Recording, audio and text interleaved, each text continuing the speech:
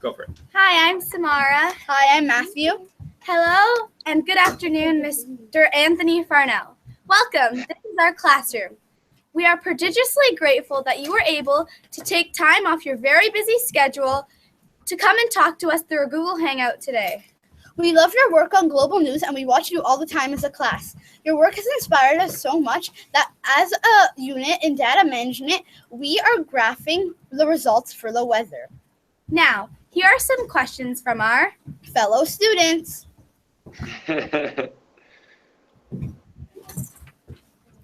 Hello.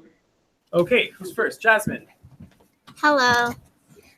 Where do you get your weather data from?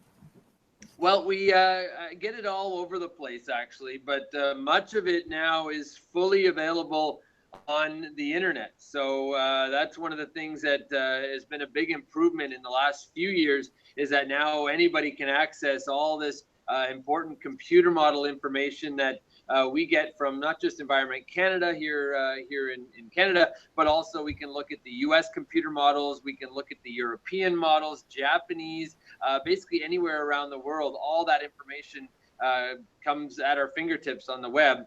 And we also use this WSI system, we call it, and that basically takes all of that information and makes it easily available to us so that we can create our forecasts and all those beautiful, visually appealing graphics you see on the newscast. Those are all put together using a WSI system.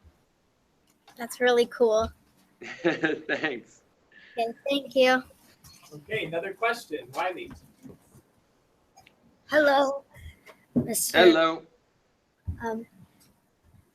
I researched what POP means, and it means the chance of rainfall, but does it also mean the chance of snowfall? Yes, POP, a probability of precipitation, and that is something that we use quite a bit. It's not very well understood, and we generally like it that way because it's also it's a tough one because it's signifying that there is a chance of precipitation. Precipitation could be rain, it could be snow, it could be freezing rain, it could be hail, ice pellets, you name it, coming down from the clouds. But it's that probability that's the tough part. And when you look at, let's say, on Wednesday, we have another system coming in, and there is a chance of rain, or it could be a bit of snow mixing in. So we'll use that POP, that POP, and we'll put it at about a 40% chance. So what that means is, yes, there's a chance. This is what the public needs to know, is that there's a chance of snow or rain. It's not 100%. It's not a sure thing, but it is definitely a possibility. And then that POP goes up to a 90% chance Wednesday night. So what you need to know is that, okay, the system's coming in. We're way more confident at night that it's going to be raining or snowing over basically our entire viewing area, or 90% of the viewers. Oh, thank you. Thanks. Hello, Mr. Anthony. My name's Aaliyah, and I have one question for you. Yep. We're preparing our own weather forecast for the following week. Do you have any tips for us so we can memorize our lines? So you're preparing a forecast, and then you have to present it. Is that what you have to do? Mm-hmm. So explain it. Is that right? Okay, so we're doing a green screen, like you can see back there, Mm-hmm. and we're using this app so we can do our graphs and the forecast for the following week. So I'm having trouble memorizing my lines. Is it about memorizing? Does he memorize? Ask him. Yeah, do you memorize your lines, or do you just... I actually, that's a really good question. I don't memorize my lines. What I do is I'm basically in front of a computer preparing my graphics, preparing my forecast ahead of time. So I know what boards are coming up next. I know the work that I put in. But as far as actually memorizing, I don't do that at all. I will look at the board that I'm talking about and try and tell a story and try and put everything in an order that makes it easy for me to tell that story. And that allows me to, make mistakes. And when you do make mistakes, you just move on because it's not ruining the next thing you have to say. But at the same time, also, we don't use a prompter which a lot of the news anchors here do. And a prompter basically has your script, your story out in front of you, and you can see it and read that way.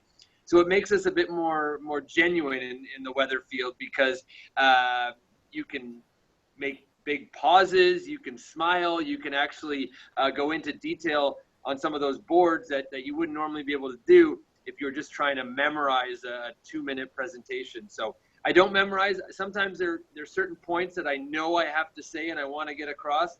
So those are things that I'll write down, and I'll try and fit them into my weather story. Okay.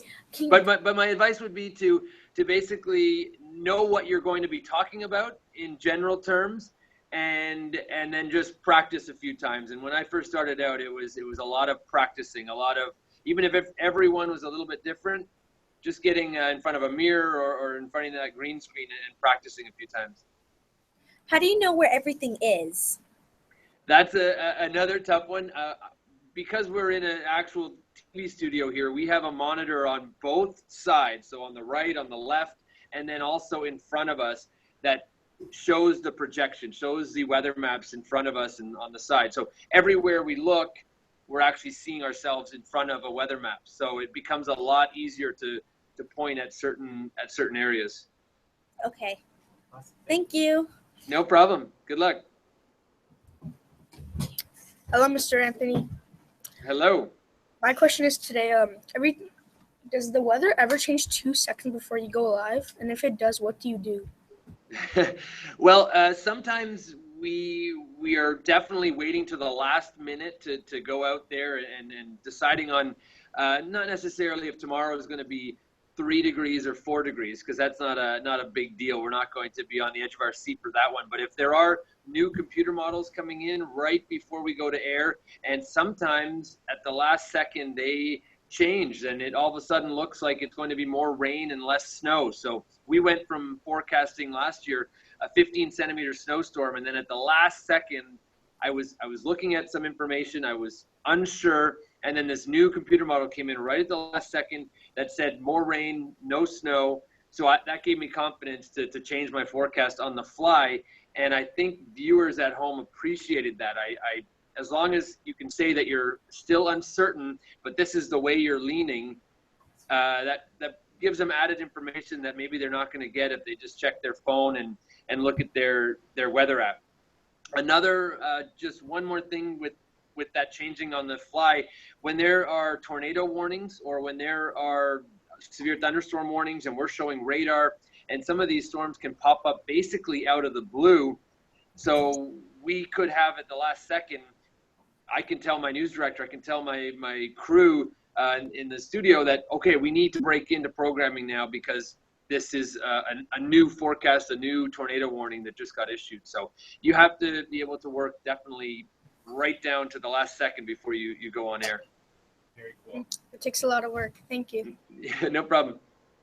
And we have one last question. Sure. Hi, Mr. Anthony. Did you need any skills for you to become a meteorologist? Yes, you definitely do. And I mean, I've been in Toronto as the chief meteorologist here for 10 years now, so it's been a while. You got to keep refreshing your skills as well, and that's why I still go to conferences and I still take some classes with computer programming and stuff. But so computer skills are very important with a lot of, with a lot of different fields of work, but especially in meteorology because we're working on the computer and with these computer models all the time. Also geography, knowing place names. I'm from Montreal, so when I moved to Toronto, I had to learn a whole new set of communities, of cities, of Great Lakes that affect the weather down to these microclimates. And at the same time, public speaking skills definitely help. I was very nervous when I first started out, and now it's a lot more comforting because I've been doing it for a while and I have learned those skills.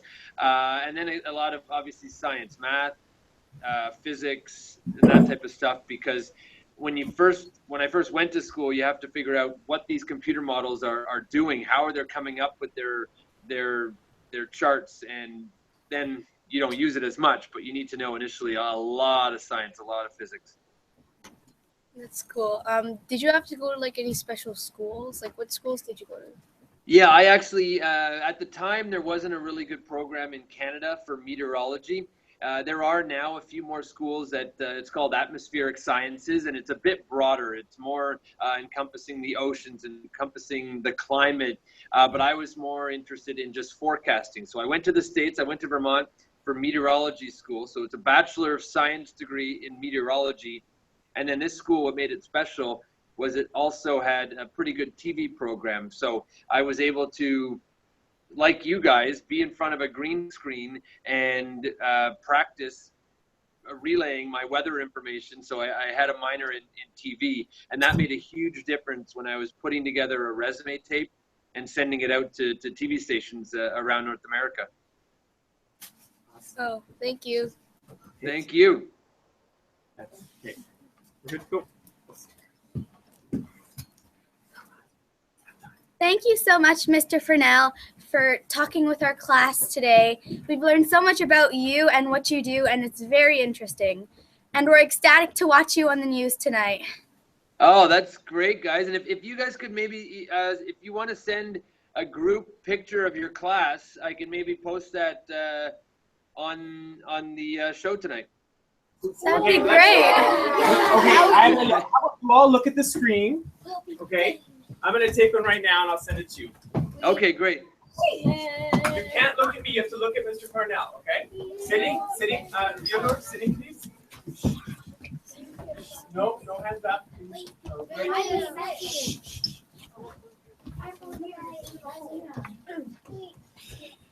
Okay, great. Okay, thank you so much, Mr. Farnell. Thank you, Anthony. Okay, and if you could email that to me, that'd be great. Certainly. Thank you for taking time out of your schedule for us. Okay, guys. Good luck. Thanks. Take care. Everyone say goodbye. Bye.